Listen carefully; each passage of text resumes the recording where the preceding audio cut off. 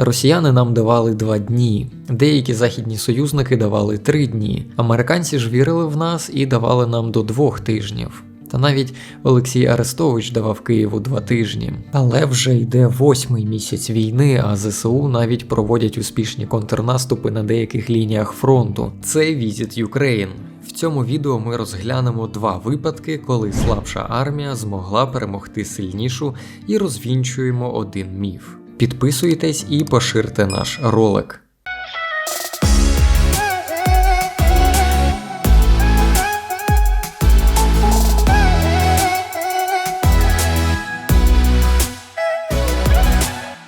Перший приклад, який ми розглянемо, це радянсько-фінська війна. Саме цю війну наводять однією з перших, коли говорять про перемогу Давида над Голіафом. Та тут є одне але – Фінляндія програла. Так, скандинави завдяки своїй тактиці змогли зруйнувати плани комуністів про створення маріонеткового уряду у Фінляндії.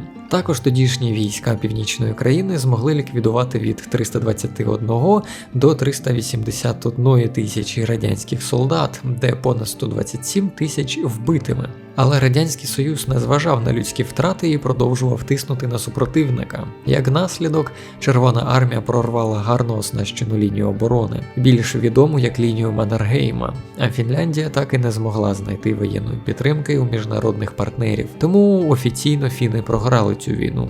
Фінський уряд виконав всі умови, які просив Радянський Союз. Друга війна, яку іноді наводять, це війна судного дня, і це наш другий приклад. З одного боку союзні арабські війська, а саме Сирія, Єгипет, Ірак і Йорданія, з іншого Ізраїль.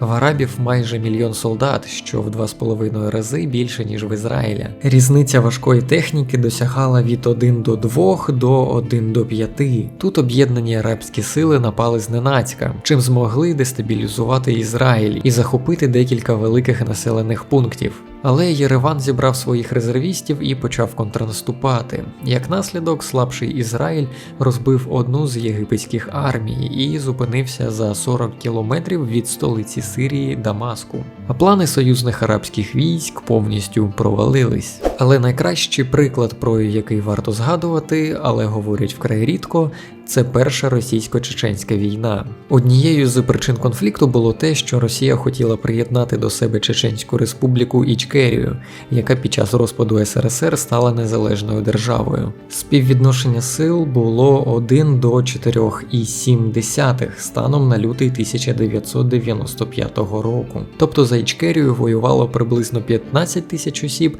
тоді як за Росію приблизно 70 тисяч. Росіяни змогли захопити Грозний, столицю Чечні, але чеченські війська, які налічували близько 1000 солдат під час операції «Джихад», змогли зайти в столицю, де стояло понад 20 тисяч росіян і велика кількість бронетехніки. За декілька годин російські війська потрапили в оточення і програли битву за Грозний. Після цього ситуація на фронті змінилась на користь Ічкерії, завдяки чому вдалося підписати мирні договори, згідно з яких російські війська повністю виходять з території незалежної держави. Тут ми розвінчали деякі міфи, але знайшли і реальні підтвердження, що слабша армія може перемогти сильнішу. Це Visit Ukraine. Підписуйтесь і поставте вподобайку, а також погляньте інші наші ролики. Тут про Білий Хрест на техніці ЗСУ, а тут про ідеологію рашизм і чим вона небезпечна.